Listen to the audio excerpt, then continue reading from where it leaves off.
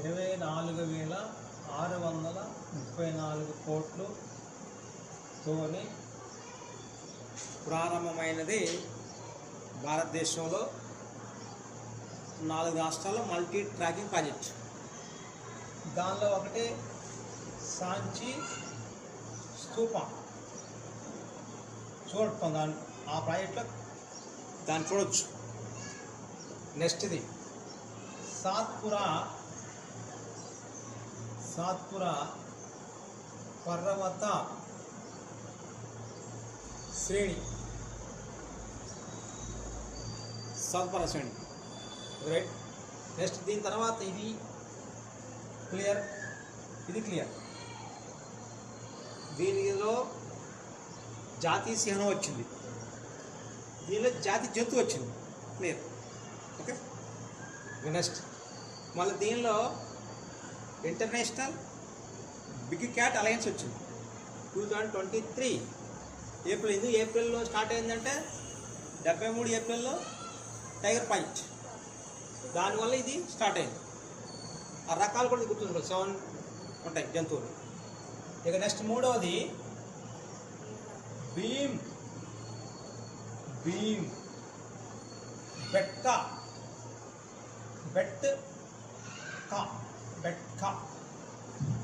భీమ్ బెట్కా గుహాలయాలు లేదా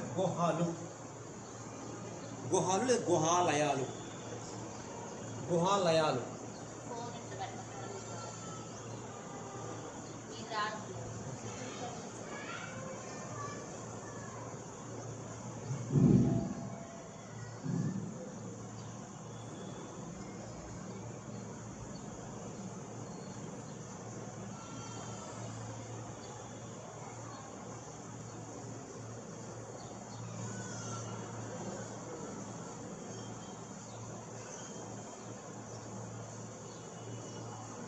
okay right. Bhimbetka గుహాలయాలు, సాంచి, సాత్పురా, నెక్స్ట్ భీంబెట్కా గుహాలయాలు. ఈ రెండు అయిపోయినాయి. నెక్స్ట్ భీంబెట్కా గుహాలయాలు తీసుకోవాలి మనం. చూడండి, ఇందులో అర్థం ఉంది. భీముడు మహాభారతంలో పంచపాండవులు ఉంటారు, మీకు ఐడియా ఉంది. వాళ్ళు 5 అన్నదమ్ములు ఉంటారు. వాళ్ళలో ఒక ఆయన భీముడు కూర్చున్న బేట్, భీముడు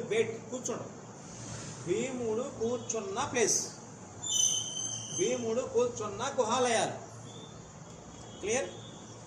భీంబెట్కా సాంచి స్తూపం మధ్యప్రదేశ్, సాత్పురా పర్వత శ్రేణి మధ్యప్రదేశ్, భీంబెట్కా గుహాలయాలు మధ్యప్రదేశ్. అంటే సాంచి స్తూపం ఏ రాష్ట్రంలో ఉంది? మధ్యప్రదేశ్. సాత్పురా పర్వత శ్రేణులు మొత్తం 4 రాష్ట్రాల్లో ఉంటే 4లో మెయిన్ దేవుడు మధ్యప్రదేశ్. భీంబెట్కా గుహాలయాలు మహాభారతంలో భీముడు కూర్చున్న ప్రదేశము, దాన్నే భీంబెట్కా గుహాలయాలు అంటాం. ఇది ఉన్న రాష్ట్రం పేరు మహారాష్ట్ర. మధ్యప్రదేశ్ రాష్ట్రంలో భీంబెట్కా గుహాలయాలు ఉన్నాయి. ఏ రాష్ట్రంలో ఉన్నాయి? Satpura same Madhya Pradesh, Sanchi same Madhya Pradesh. ఇట్లా మధ్యప్రదేశ్. క్లియర్. భీంబెట్కా గుహాలయాలు ఇవి చూడండి సార్. భారతదేశంలో మధ్యప్రదేశ్ రాష్ట్రంలో ఉండి మన భారత ఉపఖండం ఉంటుంది. భారతదేశంతో పాటుగా ఉపఖండం.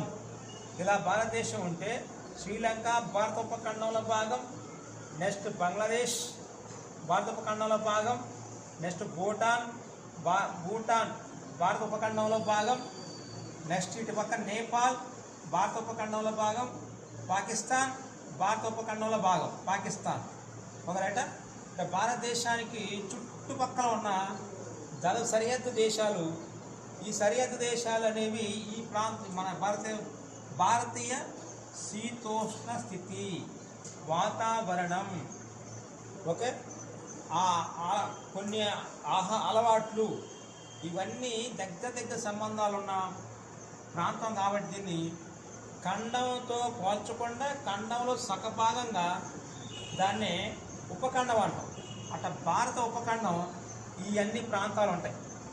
ఒకరైతే శ్రీలంక, బంగ్లాదేశ్, భూటాన్, నేపాల్, నెక్స్ట్ పాకిస్తాన్. ఈ భారత ఉపఖండం అంటాం. ఈ భారత ఉపఖండంలో ఈ అన్ని దేశాల్లో కంటే ముందే ప్రాచీన మానవుడు అయిన హోమియో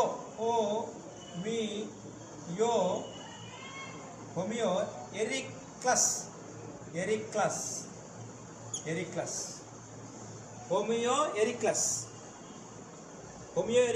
ప్రాచీన మానవుడైన హోమియో ఎరిక్లస్ భారతదేశంలో లేదా భారత ఉపఖండంలో మొదటిసారిగా నివసించిన ఆనవాళ్ళు ఎక్కడ బయలుపడినవి? భీంబెట్కా గుహాలయాల్లోని ఆ భారత ఉపఖండంలోని మరి భారతదేశంలోని అతి ప్రాచీన మానవుడైన హోమియో ఎరిక్లస్ అనే ప్రాచీన మానవుడు నివసించిన ఆనవాళ్ళు బయలుపడ్డాయి. ప్రస్తుతం మనం ఉన్నాం. ప్రస్తుత మానవుల యొక్క పూర్వీకులు వాళ్ళ శాస్త్రీయ నామాన్ని హోమియో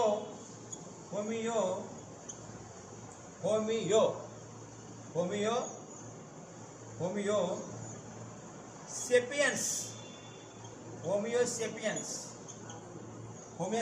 ప్రస్తుతం మానవుల యొక్క పూర్వీకుల సంతతి శాస్త్రీయ నామాన్ని హోమియో ఎరిక్లస్ అనేవాళ్ళు ఈ హోమియో సెపియన్స్ కంటే ముందుంటారు. ప్రస్తుతం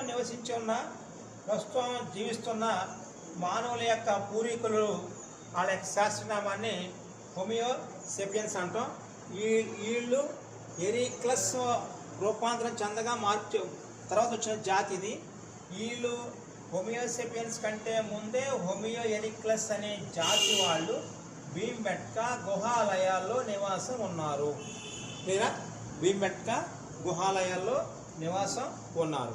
భీంబెట్కా గుహాలయం అనేది భారత ఉపఖండంలో మానవుడు నివసించిన ఆనవాళ్ళు మొట్టమొదటిగా బయలుపడిన మీ మొత్తం మీద భారత ఉపఖండం మొత్తం మీద మానవుడు నివసించి జీవనం గడిపిన ప్రాంతము భీంబెట్కా గుహాలయము.